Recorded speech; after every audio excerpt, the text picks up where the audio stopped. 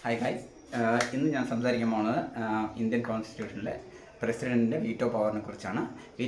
Indian president veto പവറിന് സംസാരിക്കുന്നതിന് മുമ്പ് ആദ്യം തന്നെ നമുക്ക് വീറ്റോ പവർ എന്താണെന്നുള്ള കാര്യം അറിയാം. വീറ്റോ പവർ എന്ന് പറയുന്നത് നമ്മളിപ്പോൾ ഒരു ഗ്രൂപ്പ് ഓഫ് പീപ്പിൾസ്, ഇപ്പോൾ ഒരു 4 പേര് ചേർന്നിട്ടുള്ള ഒരു ഗ്രൂപ്പിലാണെന്നുണ്ടെങ്കിൽ ഏതെങ്കിലും ഒരു വ്യക്തി ഒരു കാര്യം പറയുകയാണെങ്കിൽ അല്ലെങ്കിൽ ഏതെങ്കിലും ഒരു കാര്യം പ്രപ്പോസ് ചെയ്യുന്ന സമയത്ത് ഇപ്പോൾ അതിൽ മറ്റ് 2 പേര് ഫേവർ ചെയ്യണം, ഒരു വ്യക്തി അൺഫേവർ ചെയ്യുന്ന സിറ്റുവേഷൻ ഉണ്ട്. നമ്മൾ നോർമൽ സിറ്റുവേഷൻ എങ്ങനെയാണെന്ന് പറഞ്ഞാൽ നമ്മൾ മെജോറിറ്റി നോക്കും. മെജോറിറ്റി നോക്കുന്ന സമയത്ത് 3 പേര് ഫേവറിങ്ങും ഒരാൾ അൺഫേവറിങ് ആണ്. ആ സിറ്റുവേഷൻ നമ്മൾ എന്താ പറയും, ഓക്കെ 3 പേര് ഫേവറിങ് ആയതുകൊണ്ട് ഈ ബില്ല് നമുക്ക് പാസ്സാക്കാം, അല്ലെങ്കിൽ ഈ പ്രപ്പോസൽ നമുക്ക് അക്സെപ്റ്റ് ചെയ്യാമെന്ന് പറയും.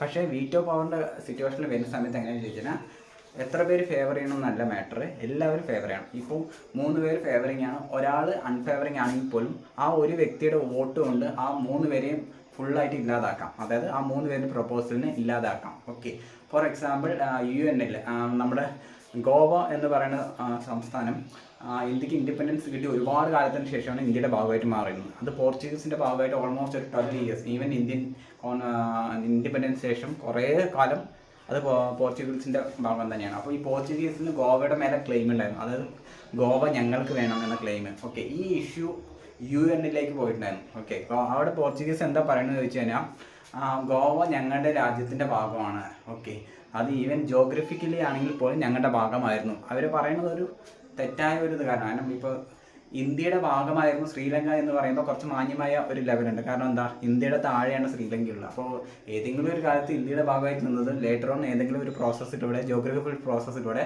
ഇന്ത്യയിൽ നിന്ന് വിട്ടുപോയതാണ് ശ്രീലങ്ക എന്ന് വേണമെങ്കിൽ നമുക്ക് കൺസിഡർ ചെയ്യാം. പക്ഷേ ഗോവയും പോർച്ചുഗീസും തമ്മിൽ ജോഗ്രഫിയിൽ യാതൊരു ബന്ധമില്ല. പക്ഷേ പോർച്ചുഗീസ് അവിടെയും ക്ലെയിം ചെയ്തിട്ടുണ്ടായിരുന്നത് ഞങ്ങൾ ജോഗ്രഫിക്കലി പോലും ഗോവ ഞങ്ങളുടെ ഭാഗമാണ്, അതെങ്ങനെയോ അവിടെ പോയി പെട്ടതാണ് എന്ന രീതിയിലാണ്.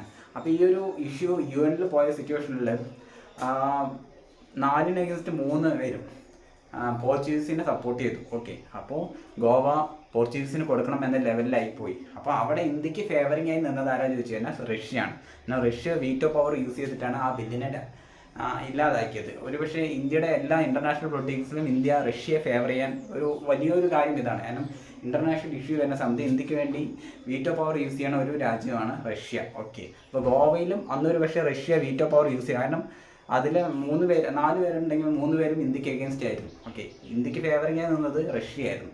ആ സിറ്റുവേഷനിൽ റഷ്യയും കൂടി ഇന്ത്യക്ക് ഫേവറിംഗ് അല്ലായിരുന്നുവെങ്കിൽ ഒരു പക്ഷേ ഗോവ ഇന്ത്യയുടെ ഭാഗമായിട്ട് മാറി, ഇന്ത്യയിൽ നിന്ന് അത് പോർച്ചുഗീസിൻ്റെ കയ്യിലെത്തിയിട്ടുണ്ടാവും. ഓക്കെ, അപ്പോൾ ഇതാണ് ഒറിജിനൽ വീറ്റോ പവർ. അതായത് ഒരു വോട്ട് മതി ടോട്ടൽ എല്ലാ വോട്ടും. ഇപ്പോൾ 10 പേരുണ്ട് വെച്ച് കഴിഞ്ഞാൽ 9 പേരും ഒരു ഫേവറിംഗ് ആണെങ്കിൽ പോലും, ഒരു വ്യക്തി അഗെയിൻസ്റ്റ് ആണെങ്കിൽ പോലും ആ ഒരു വ്യക്തി വെച്ചിട്ട് നമുക്ക് ആ 9 വോട്ടിനെ ഇല്ലാതാക്കാൻ കഴിയും.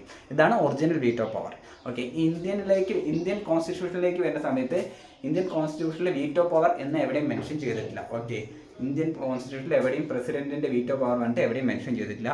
പ്രസിഡന്റിന്റെ സെർട്ടൻ റൈറ്റ്, അതായത് പാർലമെന്റ് സബ്മിറ്റ് ചെയ്യുന്ന ബില്ലിന് അഗേൻസ്റ്റ് പ്രസിഡന്റിന്റെ സെർട്ടൻ റൈറ്റ്സ് ഉണ്ട്. ആ റൈറ്റ്സിനെ നമ്മൾ കൊടുക്കുന്ന കുറച്ച് റെഫറൻസ് അല്ലെങ്കിൽ മീനിങ് ആണ് ഈ പ്രസിഡന്റ് വീറ്റോ എന്ന് പറയുന്നത്. പ്രസിഡന്റിന് കുറച്ച് രീതിയിലാണ് ആ പാർലമെന്റ് ബില്ല് സബ്മിറ്റ് ചെയ്തതിന് റിയാക്ട് ചെയ്യാൻ കഴിയുക.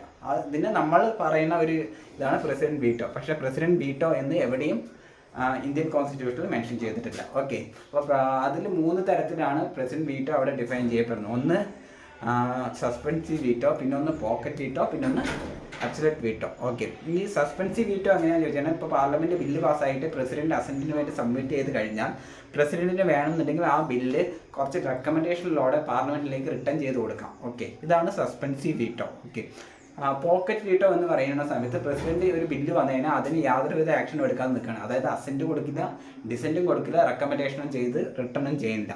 ഈ സിറ്റുവേഷനിലാണ് അതായത് വിത്ത് ഹോൾഡ് ചെയ്യണം. പ്രസിഡന്റ് യാതൊരുവിധ ആക്ഷനുകളും അതിലെടുക്കുന്നില്ല, വിത്ത് ഹോൾഡ് ചെയ്ത് വെക്കുകയാണ്. ഇതാണ് പോക്കറ്റ് വീറ്റോ. അബ്സല്യൂട്ട് വീറ്റോ എന്ന് പറയുന്ന സമയത്ത് പ്രസിഡന്റ് ആ ബില്ലിനെ ഇല്ലാതാക്കിയാണ്, അതായത് നോ പറയാണ്, ഡിസെന്റ് കൊടുക്കുകയാണ്. ഓക്കെ, ഇതാണ് അബ്സല്യൂട്ട് വീറ്റോ. ഇതിൽ ഫസ്റ്റ് സിറ്റുവേഷൻ, അതായത് സസ്പെൻസീവ് വീറ്റോൻ്റെ സിറ്റുവേഷനിൽ എന്ന് പറയുന്ന സമയത്ത് പ്രസിഡന്റ് റിട്ടേൺ ചെയ്യാണ് വിത്ത് സെർട്ടൻ കൈൻഡ് ഓഫ് റെക്കമെൻഡേഷൻ. ആ റെക്കമെൻഡേഷൻ വേണമെങ്കിൽ പാർലമെന്റിനെ അക്സെപ്റ്റ് ചെയ്യാം, പാർലമെന്റിനെ അക്സെപ്റ്റ് ചെയ്യാതെ ഇരിക്കുകയും ചെയ്യാം. ഇത് അക്സെപ്റ്റ് ചെയ്തോ അക്സെപ്റ്റ് ചെയ്യാതോ പാർലമെന്റ് വീണ്ടും ആ ബില്ല് പ്രസിഡന്റ് അസെന്റിന് വേണ്ടി കൊടുക്കുകയാണെന്നുണ്ടെങ്കിൽ പ്രസിഡന്റിന് വേറെ ഓപ്ഷൻ ഇല്ല, they have to accept it. Okay, അതായത് ആ സിറ്റുവേഷനിൽ പ്രസിഡന്റ് അസെന്റ് കൊടുത്തേ പറ്റുള്ളൂ. ഓക്കെ, ഇനി റിട്ടേൺ ചെയ്യാൻ പറ്റില്ല. ഇനി സെക്കൻഡ് സിറ്റുവേഷൻ, അത് പോക്കറ്റ് വീറ്റോകൾ വരുന്ന സമയത്ത് പ്രസിഡന്റിനെ ഡിലേ ചെയ്യാനേ പറ്റുള്ളൂ. ഒരു പ്രസിഡന്റിന്റെ മാക്സിമം പോക്കറ്റ് വീറ്റോ യൂസ് ചെയ്യാൻ പറ്റുന്ന പീരീഡ് പറഞ്ഞാൽ 5 years ആണ്. കാരണം ഒരു പ്രസിഡന്റ് പീരീഡ് എന്ന് പറഞ്ഞാൽ 5 years. അപ്പോൾ ആ 5 വർഷ കാലാവധി പ്രസിഡന്റിന് ഈ കാര്യത്തിൽ ആക്ഷനേ എടുക്കാതിരിക്കാം. അതിനർത്ഥം ആ ബില്ല് ഇല്ലാതാകുന്നില്ല, ആ ബില്ല് അവിടെ തന്നെ ഉണ്ടാവും. ഇനി അടുത്തൊരു പ്രസിഡന്റ് വരുന്ന സമയത്ത് ആ പ്രസിഡന്റിന് വേണമെങ്കിൽ ഈ ബില്ലിനെ അസെൻഡ് ചെയ്ത് കൊടുത്തിട്ട് അതൊരു ബില്ലാക്കി അത് ഒരു ലോ ആയിട്ട് മാറാൻ കഴിയും. ഓക്കെ, അപ്പോൾ മാക്സിമം ഡിലേ ചെയ്യിപ്പിക്കാൻ 5 years ഒരു പ്രസിഡന്റിന് ഒരു പോക്കറ്റ് വീറ്റോയിലൂടെ ഒരു ബില്ല് ഡിലേ ചെയ്യാൻ കഴിയും. പിന്നീട് വരുന്നതാണ് അബ്സല്യൂട്ട് വീറ്റോ. ഇതാണ് ഒറിജിനൽ വീറ്റോ പവറുമായിട്ട് കുറച്ച് ക്ലോസ് കണക്ഷൻ ഉള്ളത്. ഓക്കെ, അത്രയ്ക്ക് ഇത് അബ്സല്യൂട്ട് വീറ്റോയും ഒറിജിനൽ വീറ്റോ പവറും തമ്മിൽ കുറച്ചെങ്കിലും കണക്ഷൻ ഉള്ളത് അബ്സല്യൂട്ട് വീറ്റോയ്ക്കാണ്. ഓക്കെ, കാരണം എന്താണെന്ന് വെച്ചാൽ ഈ സിറ്റുവേഷനിൽ പ്രസിഡന്റിനെ ബില്ലിനെ ഇല്ലാതാക്കാൻ കഴിയും. ബാക്കി 2 സിറ്റുവേഷനിലും പ്രസിഡന്റിന് ബില്ല് ഇല്ലാതാക്കാനുള്ള കഴിവില്ല. ഓക്കെ, ജസ്റ്റ് ഒന്നിൽ ഡിലേ റെക്കമെൻഡേഷൻ ആണെങ്കിൽ 2 ഡിലേ ആകുകയാണ്. ഓക്കെ, ഇതിൽ വരുന്ന സമയത്ത് പ്രസിഡന്റിന് ബില്ലിനെ ഇല്ലാതാക്കാം. പക്ഷേ ഇതിലും ചെറിയൊരു എക്സെപ്ഷൻ ഉള്ളതെന്ന് പറഞ്ഞാൽ ഇതിൽ ഒരിക്കലും പ്രസിഡന്റിനെ സ്വന്തം ഡിസ്ക്രിഷനിൽ ചെയ്യാൻ പറ്റില്ല. അതായത് സ്വന്തം ഡിസ്ക്രിഷനിൽ ബില്ല് ഇല്ലാതാക്കാൻ കഴിയില്ല. ഇതിലും പ്രസിഡന്റ് അബ്സല്യൂട്ട് വീറ്റോ യൂസ് ചെയ്യണമെങ്കിൽ ആദ്യം തന്നെ പ്രൈം മിനിസ്റ്ററിൻ്റെ അഡ്വൈസ് വരണം. പ്രൈം മിനിസ്റ്റർ ആൻഡ് ക്യാബിനറ്റിൻ്റെ അഡ്വൈസ് വരണം നിങ്ങൾക്ക് ഈ ബില്ലിന് അഗെയിൻസ്റ്റ് അബ്സല്യൂട്ട് വീറ്റോ യൂസ് ചെയ്യാമെന്നത്. അത് എന്തുകൊണ്ടെന്ന് ചോദിച്ചാൽ സം കേസ് പാർലമെൻറ്റ് ബില്ലാക്കി പാസ്സാക്കി കഴിഞ്ഞിട്ടുണ്ടാവും, പ്രസിഡന്റ് അസെൻറ്റിന് വേണ്ടി ബില്ല് കൊടുത്തിട്ടുണ്ട്. ലേറ്റർ ഓൺ പാർലമെൻറ്റ് അത് ബില്ല് വേണ്ട എന്ന രീതിയിൽ റീകൺസിഡർ ചെയ്യണം. ആ സിറ്റുവേഷനിൽ പാർലമെൻറ്റ് എന്താ ചെയ്യുക ചോദിച്ചു കഴിഞ്ഞാൽ പ്രസിഡന്റ് തന്നെ ഇൻഫോം ചെയ്യും, ഞങ്ങൾ ഈ ബില്ല് ക്യാൻസൽ ചെയ്യണം, അതുകൊണ്ട് നിങ്ങൾ അബ്സല്യൂട്ട് വീറ്റോ യൂസ് ചെയ്തിട്ട് ഈ ബില്ലിനെ ഡാമേജ് ചെയ്തോളൂ. അപ്പോൾ ഒരു അബ്സല്യൂട്ട് വീറ്റോ പ്രസിഡന്റ് യൂസ് ചെയ്യണമെന്നുണ്ടെങ്കിൽ ഓട്ടോമാറ്റിക്കായി പ്രസിഡന്റ് അഡ്വൈസ് വന്നിട്ടുണ്ടാവണം ഇങ്ങനെ യൂസ് ചെയ്യാൻ വേണ്ടി. അല്ലാണ്ട് സ്വന്തം ഡിസ്ക്രിപ്ഷനിൽ ഒരിക്കലും പ്രസിഡന്റിന് അബ്സല്യൂട്ട് വീറ്റോ യൂസ് ചെയ്യാൻ പറ്റില്ല. ഓക്കെ, പിന്നെ എന്തുകൊണ്ടാണ് ഇന്ത്യൻ കോൺസ്റ്റിറ്റ്യൂഷനിൽ പ്രസിഡന്റിനെ ഒറിജിനൽ വീറ്റോ പവർ, അതായത് ഒരു ബില്ലിനെ ടോട്ടലി ഡാമേജ് ചെയ്യാനുള്ള പവർ കൊടുക്കാതിരുന്നതാണ്? കാരണം ഇന്ത്യ ഒരു ഡെമോക്രാറ്റിക് കൺട്രിയാണ്. അതായത് India of the democracy by the people, of the people, for the people, അതായത് പീപ്പിൾസ് ആണ്. ഓക്കെ, ഇവിടെ പീപ്പിൾസ് എലക്ട് ചെയ്ത് വരുന്ന ആൾ ആരാന്ന് ചോദിച്ചു കഴിഞ്ഞാൽ പ്രൈം മിനിസ്റ്റർ ആണ്. പ്രസിഡന്റ് ഒരിക്കലും പീപ്പിൾ എലക്ട് ചെയ്ത് വരുന്ന വ്യക്തിയല്ല. പ്രസിഡന്റ് ഇൻഡയറക്ട്ലി എലക്റ്റഡ് ആയിട്ടുള്ള പീപ്പിളാണ്. ഇന്ത്യയിൽ എപ്പോഴും മോസ്റ്റ് പവേഴ്സ് പീപ്പിൾ ആരാന്ന് ചോദിച്ചു കഴിഞ്ഞാൽ ഡയറക്ട്ലി എലക്റ്റഡ് പീപ്പിൾ ആയിരിക്കും. അതായത് ജനങ്ങൾ ചൂസ് ചെയ്യുന്ന വ്യക്തിയായിരിക്കും ഏറ്റവും കൂടുതൽ പവർഫുൾ പേഴ്സൺ ഇന്ത്യയിൽ. ഓക്കെ, അങ്ങനെ ഇന്ത്യയുടെ കോൺസ്റ്റിറ്റ്യൂഷൻ. ഓക്കെ, അപ്പോൾ പ്രസിഡന്റിന് നമ്മൾ ഒറിജിനൽ വീറ്റോ പവർ കൊടുത്തു കഴിഞ്ഞാൽ പ്രസിഡന്റിന് പ്രൈം മിനിസ്റ്ററും ആൻഡ് ഗവൺമെൻറ്റും കൊടുക്കുന്ന ബില്ല് നോ പറയാനുള്ള പവർ വന്നു. അതായത് പ്രസിഡന്റ് എന്ന് പറയുന്നത് പ്രൈം മിനിസ്റ്ററെയും ഗവൺമെൻറ്റിനേക്കാളും വലിയ ആളായി മാറണം. അതിനർത്ഥം പ്രസിഡന്റ് എന്ന് പറയുന്ന ആൾ ജനങ്ങളെക്കാളും വലുതായി മാറാണ്.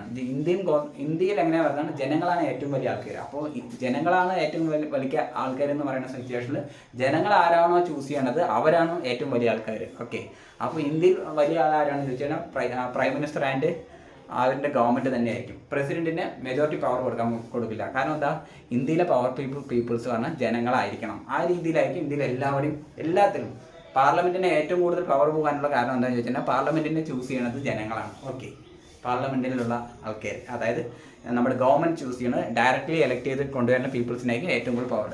ഇതുകൊണ്ടാണ് ഇന്ത്യൻ കോൺസ്റ്റിറ്റ്യൂഷനിൽ പ്രസിഡന്റിന് ഒറിജിനൽ വീറ്റോ പവർ കൊടുക്കാതിരുന്നത്. ഓക്കെ, അതായത് ഏറ്റവും കൂടുതൽ പവർ എപ്പോഴും ജനങ്ങൾ ചൂസ് ചെയ്ത പീപ്പിൾസിനെ ഉണ്ടാകണം എന്നതുകൊണ്ടാണ്. കാരണം പ്രസിഡന്റ് ഒരിക്കലും ജനങ്ങൾ ചൂസ് ചെയ്ത പീപ്പിൾ അല്ല, പ്രസിഡന്റ് ഒരു ഇൻഡയറക്ട്ലി എലക്റ്റഡ് ആയിട്ടുള്ള ഒരു ഓഫീസാണ്. ഓക്കെ, ഡയറക്ട്ലി എലക്റ്റഡ് ആയിട്ടുള്ള പീപ്പിൾ ആരാണെന്ന് ചോദിച്ചാൽ അത് prime minister and council of ministers ആയിരിക്കും. പിന്നെ എന്തുകൊണ്ട് ഇപ്പോൾ ഡയറക്ട്ലി എലക്റ്റഡ് ആണ് ഇവർ, അതായത് പ്രൈം മിനിസ്റ്റർ എന്ന് പറഞ്ഞാൽ ഡയറക്ട്ലി ജനങ്ങൾ പീപ്പിളാണ്. അപ്പോൾ എന്തുകൊണ്ട് അവർക്ക് ഡയറക്റ്റായിട്ട് ഒരു ബില്ല് പാസ്സാക്കി സ്വയം ലോ ഇറക്കാൻ പറ്റുന്നില്ല എന്നതാണ്. അതായത് എന്ത് തന്നെ പാർലമെന്റിൽ ബില്ല് പാസ്സാക്കിയാലും ലേറ്റർ ഓൺ പ്രസിഡന്റ് അസെന്റ് കൊടുത്താൽ മാത്രമേ ആ ഒരു ബില്ല് ലോ ആയിട്ട് മാറുകയുള്ളൂ. അപ്പോൾ ഇവരെന്തായാലും ഡയറക്ട്ലി എലക്റ്റഡ് ആണല്ലോ. അപ്പോൾ എന്തുകൊണ്ട് അവർക്ക് പ്രസിഡന്റിന്റെ അസെന്റ് ഇല്ലാതെ തന്നെ നിയമം ആക്കിക്കൂടാ എന്ന് ചോദിക്കുന്ന സിറ്റുവേഷനിൽ പവർ മേക്ക് പീപ്പിൾ അറഗൻറ്റ് എന്നാണ് പറയുക. അതായത് കയ്യിൽ പവർ വന്നതിന് എല്ലാവരും അവരുടെ സ്വഭാവം മാറ്റും. ഓക്കെ, അപ്പോൾ ഓട്ടോമാറ്റിക്കലി ഓക്കെ ജനങ്ങൾ നിങ്ങളെ സെലക്ട് ചെയ്തു, നിങ്ങൾ ഗവൺമെൻറ് ഫോം ചെയ്തു, നിങ്ങൾ പ്രൈം മിനിസ്റ്ററായി, നിങ്ങളുടെ കയ്യിൽ പവർ വന്നു, അപ്പോൾ അതിൻ്റെ സ്വഭാവം മാറും. ഓക്കെ, നമ്മുടെ കോൺസ്റ്റിറ്റ്യൂഷനെ ഡിഫെൻഡ് ചെയ്ത് അല്ലെങ്കിൽ പ്രൊട്ടക്ട് ചെയ്യാനുള്ള ഡ്യൂട്ടി ഉള്ള ഒരു വ്യക്തിയാണ് പ്രസിഡന്റ് എന്ന് പറയുന്നത്. ഇപ്പോൾ പവറിലേക്ക് വന്നു, ആര് വന്നു, പ്രൈം മിനിസ്റ്ററും ഗവൺമെൻറ് പവറിലേക്ക് വന്നു. അപ്പോൾ അവർക്ക് എന്ത് വേണമെങ്കിൽ ചെയ്യാം. ഓക്കെ, എന്ത് വേണമെങ്കിലും ചെയ്യാം. അടുത്ത 5 വർഷത്തേക്ക് അവർ എന്ത് നിയമങ്ങൾ വേണമെങ്കിലും ചെയ്യാം. ഓക്കെ, അപ്പോൾ അവരുടെ ഒരു ഇത് വെച്ചിട്ട് പല കാര്യങ്ങളും ചെയ്യാൻ ശ്രമിക്കും. ബില്ല്, അതായത് അവരെല്ലാം ചെയ്യാൻ ശ്രമിക്കുന്നത് ഒരു ബില്ല് പാസ്സാക്കിയിട്ടായിരിക്കും. അപ്പോൾ ചില സിറ്റുവേഷനിൽ അവർ റോങ് ആയിട്ടുള്ള ബില്ലൊക്കെ മുന്നോട്ട് കൊണ്ടുവരും. ഓക്കെ, റോങ് ആയിട്ടുള്ള ബില്ലുകൾ. ഇപ്പോൾ നീ ലെജിസ്ലേഷൻ പറയും, അതായത് നമ്മൾ പെട്ടെന്നൊരു വേവലാതിയിലൊക്കെ ഓരോ കാര്യം ചെയ്യില്ല, അങ്ങനെ പറഞ്ഞിട്ട് അങ്ങനെയുള്ള സാധനങ്ങളാണ് അതൊക്കെ. ആ സിറ്റുവേഷനിൽ അത് പ്രധാനം ഇത് എൻഡ് ഓഫ് ദി ഡേ ജനങ്ങളെ അഫക്റ്റ് ചെയ്യും. ഓക്കെ, ഇപ്പം ജനങ്ങളെ അഫക്റ്റ് ചെയ്യുന്നത് പറഞ്ഞാൽ ജനങ്ങളെ പ്രൊട്ടക്ട് ചെയ്യുന്നത് ആരാന്ന് ചോദിച്ചു കഴിഞ്ഞാൽ കോൺസ്റ്റിറ്റ്യൂഷൻ ആയിരിക്കും. കോൺസ്റ്റിറ്റ്യൂഷൻ ആരാ പ്രൊട്ടക്ട് ചെയ്യണമെന്ന് ചോദിച്ചു കഴിഞ്ഞാൽ പ്രസിഡന്റ് ആയിരിക്കും. അപ്പോൾ പ്രസിഡന്റിന്റെ ഡ്യൂട്ടിയാണ് ജനങ്ങളെ എഫക്റ്റ് ചെയ്യാൻ ഒരു കാര്യങ്ങളും ആ പ്രൈം മിനിസ്റ്ററും ഗവൺമെൻറ് ചെയ്യാതെ നോക്കുക എന്നുള്ളത്. ഓക്കെ, ഈ സിറ്റുവേഷനിൽ അങ്ങനെ പറഞ്ഞാൽ ഒരു ബില്ല് പാസ്സാക്കിയിട്ട് ഗവൺമെൻറ്റിൻ്റെ അല്ലെങ്കിൽ പ്രസിഡന്റിൻ്റെ ഇതിലേക്ക് കൊണ്ടുവരുന്ന സിറ്റുവേഷനിൽ പ്രസിഡന്റ് അവിടെ എന്താ ചെയ്യണമെന്ന് ചോദിച്ചു കഴിഞ്ഞാൽ ഗവൺമെൻറ്റിനെ കുറച്ച് ടൈം അലോ ചെയ്യാണ് ഈ ബില്ലിൽ റീതിങ്ക് ചെയ്യാൻ വേണ്ടിയിട്ട്. ഓക്കെ, ഇപ്പോൾ നമുക്ക് പെട്ടെന്ന് എന്തെങ്കിലും ഒരു കാര്യം തോന്നിയിട്ട് നമ്മളൊരു കാര്യം ചെയ്യാൻ പോകണം. ആ ചെയ്യുന്നതിന് മുമ്പ് കുറച്ച് സമയം എടുത്ത് ചെയ്യാം. ആ സമയത്ത് ചിലപ്പോൾ നമ്മൾ കുറച്ചുകൂടി ബെറ്ററായി തിങ്ക് ചെയ്ത് കഴിഞ്ഞാൽ ശരി ഇത് വേണ്ട എന്ന രീതിയിലേക്ക് ചിലപ്പോൾ നമുക്ക് പോകുമായിരിക്കാം. ഈ ഒരു ഓപ്ഷനാണ് പ്രസിഡന്റ് അവിടെ ഓപ്പൺ ആക്കുന്നത്. കാരണം ഒരു ബില്ല് പാസ്സാക്കിയിട്ട് പ്രസിഡന്റ് ഫ്രണ്ടിൽ എത്തി വെക്കുമ്പോൾ പ്രസിഡന്റ് ആ ബില്ല് ലോ ആയി മാറാനുള്ള സമയം വെച്ച് ഡിലേ ചെയ്യിപ്പിക്കുകയാണ്. അതായത് പല രീതിയിൽ, അതായത് ഒന്നില്ലെങ്കിൽ സസ്പെൻസീവ് വീറ്റോ ചെയ്തിട്ട്, ഒന്നില്ലെങ്കിൽ പോക്കറ്റ് വീറ്റോ ചെയ്തിട്ട്, അല്ലെങ്കിൽ അബ്സല്യൂട്ട് വീറ്റോ, ഇതിലേതെങ്കിലും ഒന്ന് ചെയ്തിട്ട് പ്രസിഡന്റ് ആ ബില്ല് ലോ ആകാനുള്ള സമയം ഡിലേ ചെയ്യാണ്. ഇത്രയും സമയം വേണമെങ്കിൽ ആ പ്രൈം മിനിസ്റ്ററിനും ഗവൺമെന്റിനും ചിന്തിക്കാം, അതായത് ഈ ബില്ല് അനിവാര്യമാണോ അല്ലെങ്കിൽ ഈ നിയമം അനിവാര്യമാണോ എന്ന് ചിന്തിക്കാം. ഒരു ചിന്തിക്കാനുള്ള സമയം പ്രസിഡന്റിനും ഗവൺമെന്റിനും ഓപ്പൺ ആക്കി കൊടുക്കുക എന്നുള്ള ഉത്തരവാദിത്തമാണ് പ്രസിഡന്റിനുള്ളത്. പ്രസിഡന്റിന് ഒരിക്കലും ആ ബില്ല് ഇല്ലാതാക്കാൻ പവറില്ല. കാരണം എന്താ, പ്രസിഡന്റ് ഡയറക്റ്റ്ലി ഇലക്റ്റഡ് അല്ല. പക്ഷേ അവരൊരു കാര്യം, നിങ്ങളൊരു റോങ് കാര്യം ചെയ്യുന്നുണ്ട്, അത് നിങ്ങളൊന്ന് ചിന്തിച്ച് നോക്ക് എന്ന് പറഞ്ഞ് കുറച്ച് സമയം അനുവദിച്ചു കൊടുക്കുകയാണ് പ്രസിഡന്റ് ചെയ്യണത്. കാരണം ഇന്ത്യൻ കോൺസ്റ്റിറ്റ്യൂഷൻ പ്രകാരം ഒരു പ്രൈം മിനിസ്റ്ററിന്റെ ഫ്രണ്ട്, ഗൈഡ്, ഫിലോസഫർ എന്ന രീതിയിലൊക്കെയാണ് പ്രസിഡന്റിനെ കൺസിഡർ ചെയ്യുന്നത്. അതായത് അയാൾ ഒരു കാര്യം ചെയ്യാൻ പോകുന്ന സമയത്ത് എടാ ഇങ്ങനെ വേണോ, നമുക്ക് ഒന്നുകൂടെ ചിന്തിച്ചിട്ട് ഇത് ചെയ്താൽ പോരെ എന്ന രീതിയിൽ നിന്ന് കൂടെ, അത് ഒരിക്കലും നീ ഇത് ചെയ്യണ്ട എന്ന് പറയാൻ പവർ പ്രസിഡന്റിനില്ല. പക്ഷേ നീ ഇങ്ങനെ ചെയ്യണോ, ഇങ്ങനെ ചെയ്യണതിൻ്റെ പകരം നമുക്ക് അതൊന്ന് ഇങ്ങനെ ആക്കി കൂടെ എന്ന് നീ ഒന്നുകൂടി ചിന്തിക്കുക. ഒരാഴ്ച കൂടെ ടൈം തരാം, നീ അത് ഒരാഴ്ച കൂടി ചിന്തിച്ചതിന് ശേഷം വേണോ എന്ന് കൺഫേം ചെയ്യും. അതിനുശേഷം വേണമെന്നുണ്ടെങ്കിൽ നമുക്ക് ഓക്കെ ആണെങ്കിൽ ചെയ്യാം എന്ന രീതിയിൽ പ്രസിഡന്റ് ആ ബില്ലിനെ ഡിലേ ചെയ്യും. ഇപ്പോൾ ഒരു പ്രസിഡന്റ് ഒരു ബില്ല് 5 വർഷം പോക്കറ്റ് വീറ്റോ യൂസ് ചെയ്യണമെന്ന് പറഞ്ഞു കഴിഞ്ഞാൽ ആ ബില്ല് ഒരു പക്ഷേ വേണമെങ്കിൽ അയാൾക്ക് 5 വർഷം ഡിലേ ചെയ്യിപ്പിക്കാം. ആ സമയം കൊണ്ട് വേണമെങ്കിൽ ഗവൺമെന്റിന് ചിന്തിക്കാം, ഓ ഇത് വേണ്ട അല്ലേ എന്ന രീതിയിൽ. ഓക്കെ, അങ്ങനെ വേറെ ഒരുപാട് കാര്യങ്ങൾ സംഭവിക്കുമ്പോൾ ഗവൺമെന്റ് റിയലൈസ് ചെയ്യും, ഓക്കെ ഈ ബില്ല് വേണ്ടെന്ന് വരും, വേണമെങ്കിൽ അത് റിട്ടേൺ എടുക്കാം. പിന്നെ റെക്കമെൻഡേഷൻ കൊടുക്കുകയാണെന്നുണ്ടെങ്കിൽ ആ റെക്കമെൻഡേഷൻ കൊടുക്കുമ്പോഴും പ്രസിഡന്റ് പറയാണ് ഇനി അതൊക്കെ ചെയ്താൽ ബെറ്റർ ആയിട്ടില്ല എന്ന് പറയുമ്പോഴും അപ്പോഴും ഗവൺമെന്റിന് വേണമെങ്കിൽ റീതിങ്ക് ചെയ്യാം.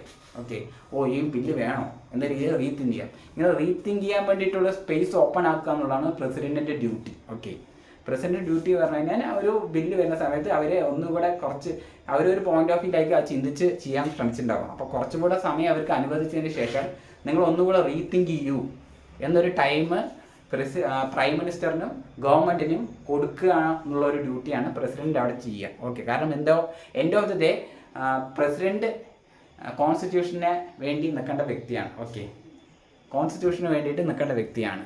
അപ്പോൾ കോൺസ്റ്റിറ്റ്യൂഷൻ അല്ലാത്ത രീതിയിൽ എന്തെങ്കിലും പ്രൈം മിനിസ്റ്ററോ ഗവൺമെൻറ്റോ ചെയ്യുന്ന സിറ്റുവേഷനിൽ കോൺസ്റ്റിറ്റ്യൂഷൻ പ്രകാരം ഇങ്ങനെയാണ് എന്ന് ആ വ്യക്തിയെ ബോധ്യപ്പെടുത്തുക എന്നുള്ള ഡ്യൂട്ടി പ്രസിഡന്റിനുണ്ട്. ഓക്കെ, ആ ബോധ്യപ്പെടുത്തുക എന്നുള്ള ഡ്യൂട്ടി അത് വേണമെങ്കിൽ പ്രൈം മിനിസ്റ്ററിന് അക്സെപ്റ്റ് ചെയ്യാതെ ഇരിക്കാം. പ്രൈം മിനിസ്റ്റർ അത് അക്സെപ്റ്റ് ചെയ്തില്ലെങ്കിൽ അടുത്ത ഇലക്ഷൻ വരുന്ന സമയത്ത് ഓട്ടോമാറ്റിക്കായിട്ട് അതിൻ്റെ എഫക്റ്റ് അവർ ഫേസ് ചെയ്യേണ്ടി വരും. ഓക്കെ, അക്സെപ്റ്റ് ചെയ്യുകയാണെന്നുണ്ടെങ്കിൽ okay they can become better government again. Okay, and thank you.